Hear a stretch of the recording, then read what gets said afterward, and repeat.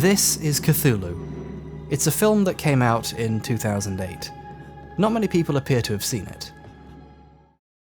As a teenager, I was obsessed with the works of Howard Phillips Lovecraft. Lovecraft was a pioneer in pulp horror fiction, immediately gripping with his cavalcade of creative monsters, epic scope, terrible fates, and a unique philosophy about the terror of the existence of gods greater than the human consciousness could allow. The man's work was inspirational and moving to me. It made me think, made me dream, made me want to be a writer. Also, seeing cool new words like theosophists, or non-Euclidean, or sentences like the bloodroots grew insolent in their chromatic perversion, made me feel smart.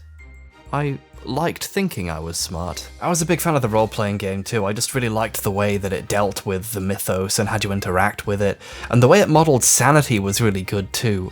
And hang on, can someone find out who did this and why? I've been confused by this for like a decade now. As my interest grew and I ran out of stories by, inspired by, or about Lovecraft to read, I started playing or watching any game or film even remotely based on his work. I'd seen Reanimator and its sequels, and From Beyond, and I was even about to watch Hellraiser when I found an interview with Clive Barker where he said he didn't like Lovecraft's writing very much and decided not to watch the film out of some misguided sense of spite. That was how I did things back then. Apparently. I'd heard that Guillermo del Toro was going to adapt At the Mountains of Madness, one of the best of Lovecraft's stories, and I couldn't wait for that. It turned out I shouldn't have waited because it didn't happen. It was in development hell for a very long time and then it was never greenlit. Then, as I was scraping the bottom of the barrel and watching fan films on YouTube, I eventually found out about Cthulhu. It was named after Lovecraft's most famous creation, and it had been made so recently that it might have been able to take advantage of the kinds of effects and production techniques possible in modern filmmaking that something of truly epic scale might actually have been possible. Cthulhu is not that film. Cthulhu isn't in the film. It isn't even based on the short story The Call of Cthulhu. It's actually a loose, very loose, interpretation of The Shadow over Innsmouth. In that story, the narrator investigates a New England fishing town where the people are strange and unwelcoming to outsiders. He eventually discovers that the people of the town worship a godlike fish creature named Dagon and its monstrous children, and have begun breeding with those creatures, and their descendants eventually transform into monsters themselves to take to the water and live forever beneath the sea with Dagon. After barely escaping with his life, the narrator realizes that his family tree comes from Innsmouth, and he is slowly becoming one of them too, and he's starting to like it, and relish the chance to worship Dagon for all time. It's a really good story, and it's an excellent example of early 20th century American horror, with the narrator's final change serving as a genuinely uncomfortable and fascinating twist. It's really a true classic. This film is about a gay college professor called Russell, who learns that his mother has passed away and returns to his hometown for her funeral. Russell's father is the leader of a strange religious cult, and also deeply homophobic, along with many of the rest of the townspeople. Russell realizes the cult has designs on him of some kind, and something strange is going on. He reconnects with an old lover from his past and tries to learn the truth as the people become increasingly hostile towards his search. In lieu of looking at the tangible specifics of the horror, the beliefs of the cult, or portraying the monsters from the original story, the film focuses on Russell's own emotional state, his experiences and dreams, and relation to the people he encounters as he tries to understand what is happening. When monsters do briefly appear, there's not really much to see. The story isn't really concerned with them. When I first saw this film, I decided that I hated it more than any other film. It had taken something I cared about and enjoyed and removed the things I thought made it interesting and valuable. It made an existential horror about godlike creatures that care not for human affairs into a story where the god in question never turns up or does anything or is even really talked about in it. And even the name's technically the wrong name of the god. Oh, and if you put the disc in a PC, the label doesn't even spell Cthulhu properly! It's such an easy word to spell! The whole film felt like a betrayal. The camera sometimes sits very still, trapping you with Russell in situations neither of you want to be in, for conversations he doesn't want to be having, with people he doesn't want to see. So, how's the church? How's the gay life treating you, Russell? It's my life. Is it satisfying? Are you fulfilled? What do you want to know? You want to know what we do? Russ, Dad Danny, just please, wants just to stay know. out of this. I didn't want any of this.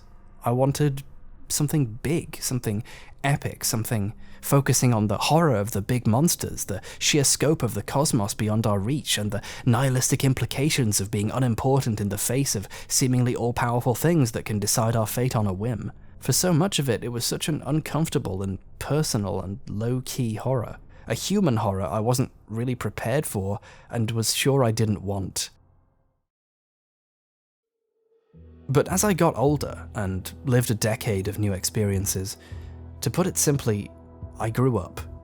I just sort of realized one day that I was capable of being romantically attracted to men as well as women. I realized I was different from how I'd even thought of myself. I'd just sort of naturally seen myself as straight. And even if I didn't think I thought of it this way, on some primal level, I'd thought of being straight as being normal. I didn't know why I thought like that. It's probably a mix of not really thinking too hard about these things at the time, combined with the vague notions and expectations our society tends to have towards people's sexuality. But one day I looked in the mirror and saw myself as not who I thought I was. I saw myself as an outsider from me, from the identity I'd assumed for myself. And then I had a few difficult conversations with troublesome people about those feelings. I'd always experienced homophobia. I was an effeminate boy growing up, but I hadn't really cared, because at the time I'd not really accepted it as an insult, or seen anything wrong with being called gay by losers in high school who had just as much growing up to do as I did. But when I actually was one of those people and knew it, all of a sudden it was a real judgment of who I actually was. To them, I'd actually become lesser. Being told I was going to die of AIDS and that my feelings were unnatural and so on, and having to deal with being actually expected to try to convince people that I wasn't inferior to them, suddenly made me think about that Cthulhu film I'd seen a few years before. It was like it knew what I was going through. It knew how it felt to sit in a room you just can't leave and have a piece of your personhood interrogated. It knew how it felt to be seen as an outsider, and it knew how it felt to connect with someone who understands and accepts you. Somehow, it knew me and how I'd felt before I'd ever had a chance to. Some of the scenes from this film just kept coming back up in my mind. It hadn't been what I'd thought I'd wanted, but what it was struck a chord with me anyway, on a level I didn't know was there. It just took a while for me to hear the chiming. It turns out that some of the greatest horrors, biggest sources of sadness in our lives, don't come from scope or big questions, but from the tiniest things. If you've ever lost a loved one and had to be involved with the arrangements of their funeral, or if you've ever had to be around someone you'd made an effort to cut out of your life because of something abusive they'd done to you, or even something as simple as being reminded, gently, that you're in a place where everyone regards you with suspicion, that you're an outsider to them, you'll already know that the idea of a powerful cosmic monster out there somewhere beneath the sea can actually be the least of a person's problems. The film was, in retrospect, a meaningful and valuable work that paid respect to the source material's themes and emotions in ways I hadn't grasped as a cynical kid who thought he knew he was straight and thought he knew what made Lovecraft good. And I just wasn't ready to appreciate the value of that kind of story at the time. Here's a review from back in 2009 on the film's Amazon page by someone called Giles. Giles writes, I can't stress how bad this film is on every level. As for H.P. Lovecraft, he must be spinning in his grave, because this is definitely the worst film adaptation yet. It is vaguely based on Shadow over Innsmouth, but the story, what there is of it, is so badly constructed that you could easily miss the very few similarities. And why all the gay subplot? What was that all about? Now, here's the thing about Giles from 2009. I was Giles in 2009. No, I'm fairly certain I didn't write this exact Amazon review, but I felt the same way as this person at around the same time. It didn't make sense to the teenage me whose main frame of reference on the world was the horror stories he'd read. But then I grew up and it started making a lot more sense without me even having to go back and see the film again. This film and its delayed effect on me got me thinking about what works about Lovecraft stories, what doesn't, and what the best way might be to navigate these qualities in creating an adaptation. And along the way, with a lot of encouragement, and if it's not too awkward, We'll maybe talk about the fact that a writer who basically founded a subgenre of fiction, has been hugely influential and made so many people want to become writers, including myself, was really massively racist.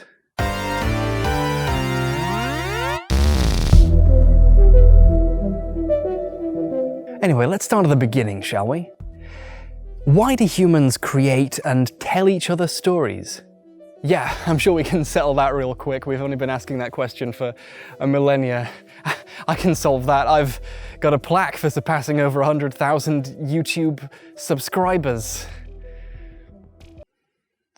Firstly, we should acknowledge that fiction isn't simply the opposite of truth. It is, in some sense, a reflection of truth. Let's look at horror stories. When a ghost story speaks of a place being haunted by the past, it speaks to us about the ways that really does happen, the ways the world controls and decides things for us, and how the legacy, the result of other people's decisions are still here with us, even after the people who made them are gone. The ghosts of the past really do haunt the present they built. Vampires, similarly, tend to be impactful because they reflect some true aspect of the society that was writing about them at the time. There's a reason Dracula was a count. Vampires are aristocratic, upper-class beings that live by parasitically consuming the essence of the poor workers and exploiting people using their influence, either their literal riches or their other, less tangible powers. And in doing this, they literalize a very real but much more vague social antagonism. The aristocracies, monarchies, and other rich and powerful figures over history rarely actually drink people's blood for sustenance, although the way the current economy is going, who knows, but the rich really are vampires, in a sense. They really do profit and thrive from the work and sacrifice of those beneath them. It's not unimaginable that consciousness of this kind of antagonism makes its way into folklore as creatures that are only slightly more exaggerated forms of the actual power relationships between rich and poor people, or boss and worker. Bram Stoker, more like Gramsci Stoker. Doesn't really work, does it? Is there a better Marxist thinker who would work here as a pun? Let me know in the comments so I can feel like an idiot for missing it. When you're reading Dracula, you're not just reading a creative horror about a scary monster, you're reading a story that most people, on some level, understand. It's relevant to the world people live in, where a non-magical version of Dracula's immense influence and theft of livelihood from ordinary people really does happen. Notably, even Karl Marx repeatedly used vampirism as a way of describing the nature of capitalism in Das Kapital. Look, my point here isn't that vampire stories are all secretly about how capitalism is bad or something. That would be ridiculous, and so many of them were written before the actual proper invention of capitalism as we know it today.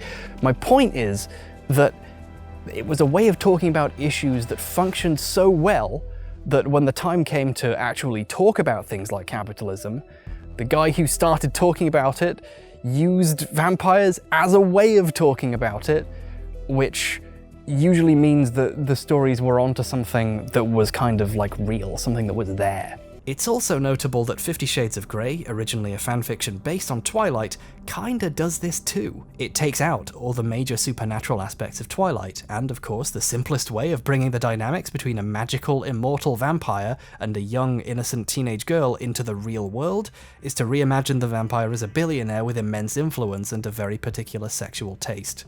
Look, the rich are vampires, basically. I think I've made this point. The slasher film also embodies this as well. The killer in slasher stories is an urban, modern creature which expresses modern urban fears. The fear of what's happening in the neighborhood behind everyone's closed doors, where they could be getting up to just about anything. The fear of the effects of modern living on people growing up in it. Fellow YouTuber Nick Spheres did a really cool video going into the deeper aspects of this in Halloween, which you can check out linked in the description. It's good, and long, and fun, and please go watch it. The slasher films are silly, gross, gory, and often just kind of bad, but they got popular because they're dealing with something that's real and actually happening. Okay, that's not actually happening in real life. But that's from like part 8 of a franchise, and you don't get 7 sequels without at least originally having some resonating cultural... He punches his head into a bin. You get a perspective shot of it. It's like you're looking out of his head as it flies off. The idea that fiction is not the opposite of facts, but actually can be more truthful than facts on their own, is key to what makes storytelling so important. Art is all lies, all perceptions, always subjective, always up for further interpretation, and always slanted by the perspectives of its creators. But art is lies in service to truth. Bringing all of this back, what of Lovecraft? What makes his work in particular continue to be remembered alongside Dracula or Halloween and act as direct inspiration for yet more creative works? What truth is hidden within his fiction? Well, it might be the existential horror. His works come together to relate a thoroughly nihilistic universe, wholly uncaring about our existence, and there may well be a truth to that. But it isn't whether or not human existence actually matters that's central to his work. It's not quite the idea of that stuff actually being true, but rather the direct feeling of being unimportant in the grand scheme of things. Lovecraft's writing and tropes function in this regard a lot like one of the writers who in turn inspired him, Edgar Allan Poe. Poe doesn't exactly make people feel good. Rather, he makes them feel sad in a productive way. It can make people who are prone to those feelings feel less alone, because they know others have them too. The Call of Cthulhu doesn't begin by telling you how scary a big monster could be, or giving you a description of what its tentacles would look like. It opens with a profound fear of the future, and of what discoveries might lie there. The sciences, each straining in its own direction, have hitherto harmed us little, but someday the piecing together of dissociated knowledge will open up such terrifying vistas of reality and of our frightful position therein that we shall either go mad from the revelation or flee from the deadly light into the peace and safety of a new dark age. So what mattered wasn't how creative or imaginative his stories got, but how they related to people's own feelings of unimportance then and now in the actual world. There's the old joke that a paranoid person, if they were ever to discover the room that the government spied on them from with all the notes on their lives, they wouldn't actually be any more afraid because of this. They'd feel validated. They weren't paranoid, they were right. And through that lens, Lovecraft is a way of feeling completely assured that the world really is out to get you. And maybe God doesn't care or hates you or wants you dead. You can use special effects to design something scarier than the man himself could ever have imagined, but that alone isn't actually the thing that's scary about the story. What's scary is the way these smaller aspects build to create a sense that humans are tiny and powerless creatures, that the greatest height we can aspire to is a deep and intimate understanding of just how little we understand. Lovecraft rarely reused his creations between stories, and that's because the creatures he came up with didn't really matter. They were interchangeable, and the ideas they existed to communicate with their scope and alienness was what mattered. Unfortunately, however, this is where things get a bit hairy and complicated. One of Lovecraft's most famous quotes goes, "The oldest and strongest emotion of mankind is fear, and the oldest and strongest kind of fear is fear of the unknown." And you know what this guy didn't know much about? People of other races. Look, we've managed to brush past it, but we do have to talk about Lovecraft's racism, sexism, anti-Semitism, and homophobia. It's happening now. So for the folks out there who don't think you can criticize an author's beliefs just because it was a different time and it happened 100 years ago, thanks for watching. Don't forget to like and subscribe. I'll see you next time. I promise I'll review a game and make some jokes or something in the next one. Are they gone? Okay, they're gone. Right, so it's pop culturally quite well known that Lovecraft was a bit xenophobic, and I do remember reading some pretty bad stuff, but it was a while ago that I read it, and I'm sure it can't be as bad as I remember. What the fuck is nautical looking supposed to mean, Howard? What does it even mean?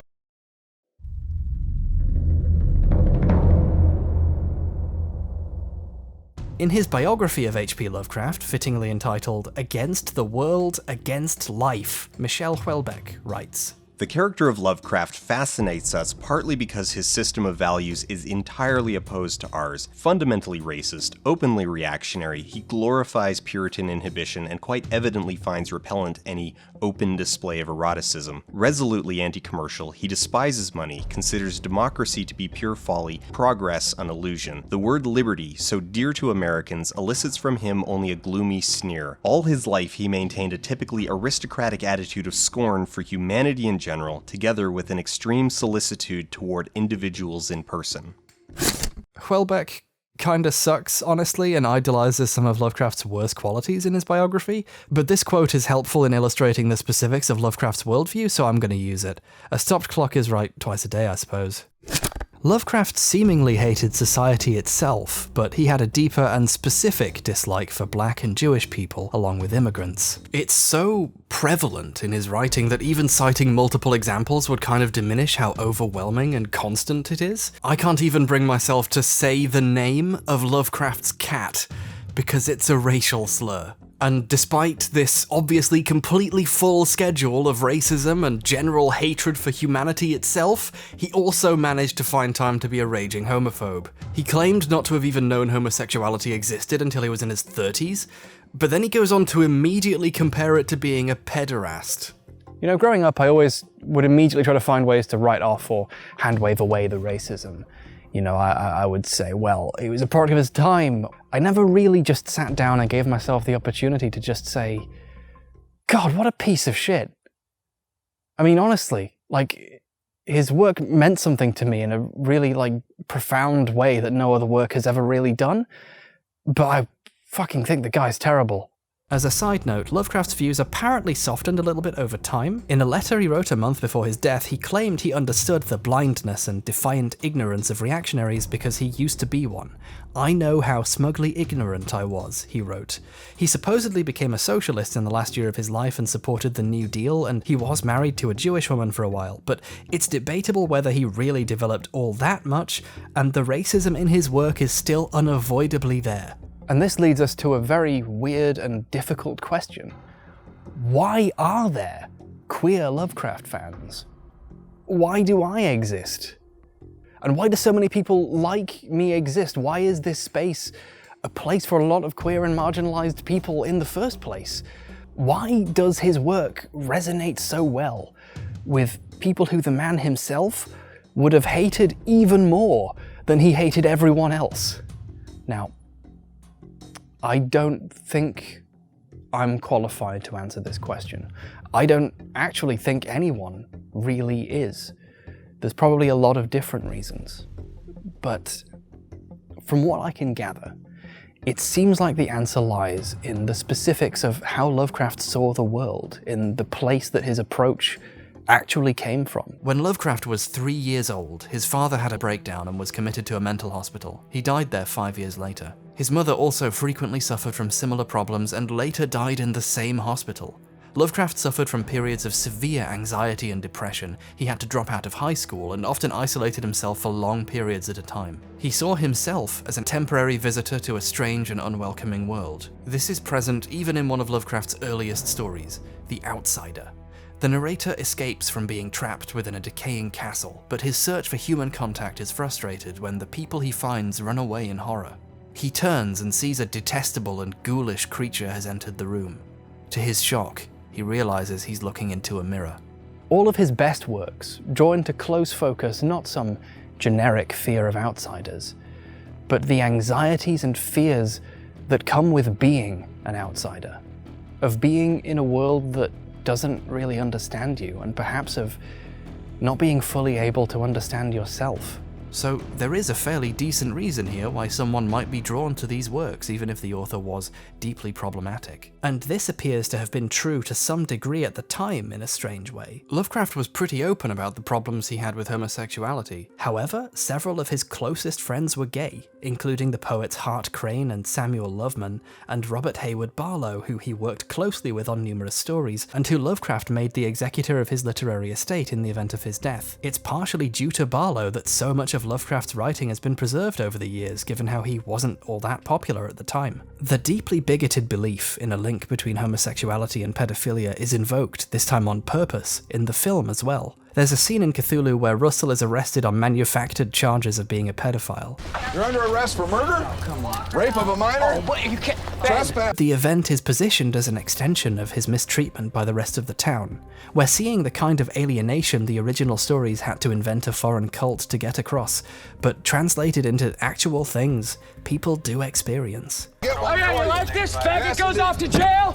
The easiness and convenience with which having a different sexual preference is equated with criminality is something that real people deal with even today. For some people, the intellectualized existential problems Lovecraft had originally written to explore cease to be theoretical and start to communicate familiar experiences, the same way Edgar Allan Poe's writing can be to someone who's lost a loved one, or the way Halloween explores the suburban fear of one's neighbors, or Dracula puts words to a deeper understanding of the antagonism between different classes in our social hierarchy. For those who've been treated like this in the name of a religion, or simply by their surrounding society because of its horrific expectations, have they not come the closest a person can in the real world to the central Lovecraftian experience? Have they not, in a sense, glimpsed the face of an uncaring universe?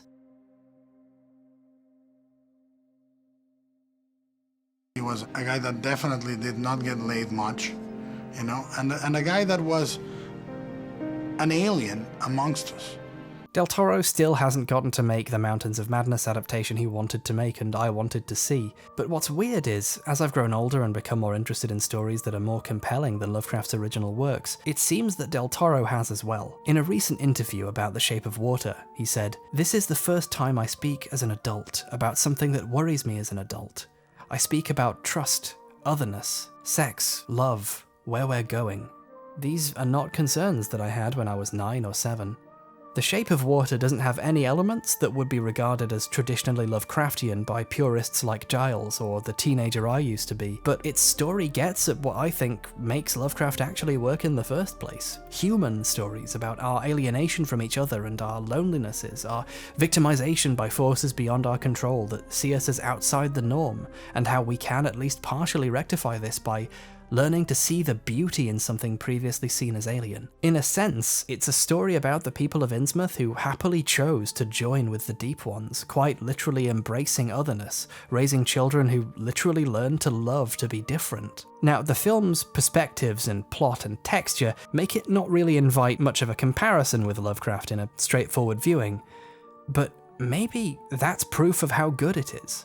The Shape of Water has so successfully excavated all the garbage away from its spiritual predecessor that despite depicting something that directly happened in a story Del Toro has definitely read, the comparison still feels strange, wrong almost. This film captures the beautiful, human, mesmerizing center of Lovecraft's writing. It's the kind of story he could, or perhaps should, have been writing all along. For me, there's something personally wonderful about finally really coming to an understanding of a film that touched me in ways I didn't realize and that never really got much recognition, right as a film that understands this just as well gets released and actually gets major recognition and even wins an Oscar. I am an immigrant, unlike many of you. And in the last 25 years, I've been living in a country all of our own. Because I think that the greatest thing our art does and our industry does is to erase the lines in the sand. We should continue doing that when the world tells us to make them deeper. While it's easy and correct to be dubious about the value of winning an Oscar, I do think the success of a film like this is a really hopeful sign for the future of how people see that which is alien to them. There's a philosopher named Julia Kristeva whose work was pretty formative for me. I discovered her through her being quoted in a series of critical essays on Lovecraft, one by Gina Whisker entitled Spawn of the Pit. The quote went, "By recognizing our uncanny strangeness, we shall neither suffer from it nor enjoy it from the outside. The foreigner is within me, hence we are all foreigners. If I am a foreigner, then there are no foreigners." Why be alien to each other when we are all alien to ourselves? So, what have we learned about how to adapt Lovecraft? Well, I think there's a point here about how we have to decide what really makes his work good in the first place, what the core truths in his work are that ought to survive into a future they inspire. An adaptation, to me at least, only needs fidelity to what really matters about the text, and neglecting to bring across other aspects, like the finer points of its philosophy, or its particular linguistic flourishes, or certain characters, or even its racism or homophobia, isn't a failure to be fully faithful to the original work. It's demonstrating a successful understanding of why those stories were worth reading about in the first place in spite of those flaws. In focusing on a person's experiences and treatment for their sexuality, or on a relationship with someone seen by others as an alien outsider, these works explore the originals and their feelings of otherness better than Lovecraft did. You don't have to go find a copy of this 10-year-old obscure film if you don't want to. It's not perfect by any means, and lots of the criticism the film's received is valid. Even the director's commentary opens by admitting they aren't fully happy with the film. There are 85 locations in this movie. Ridiculous. It's certainly nowhere near as good as the best film ever, Gremlins 2. But it meant something to me and was very important to me in a formative period of my life, and sometimes that's kind of more important than the writing or execution. As I look out into the internet and find many other queer fans of Lovecraft's work, and writers in some form inspired by these feelings themselves, the wealth of literature exploring this side of his writing, and films taking up radically humanizing perspectives even towards that which might literally be considered monstrous, I can't help but feel that there's a side of Lovecraft's work the man himself died unable to fully comprehend. And in a way, that's fitting, isn't it? But there's one other great story inspired at least partially by elements of Lovecraft, and I'm going to talk about it soon on my channel. Join me in the future when I reveal spectacularly why I filmed segments for this video at night in the woods. Oh, I just kind of gave it away then, didn't I?